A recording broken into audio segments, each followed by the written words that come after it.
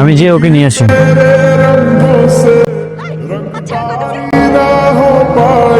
চুপচাপ আমার সাথে চলো, একদম বাড়াবাড়ি করবে না। চিল্লি করে কোনো লাভ নেই, এখানে কেউ আসবে না, কারণ তুমি আমার ওয়াইফকে কিডন্যাপ করলে কেউ কিছু বলবে না।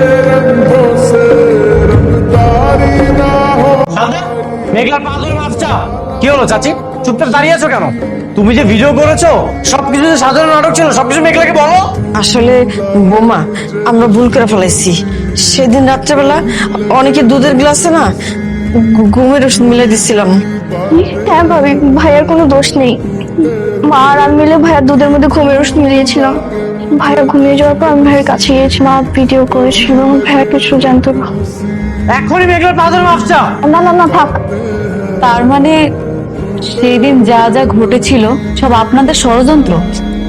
আমাদের ষড়যন্ত্র। ওর আসলে কোনো দোষ নেই।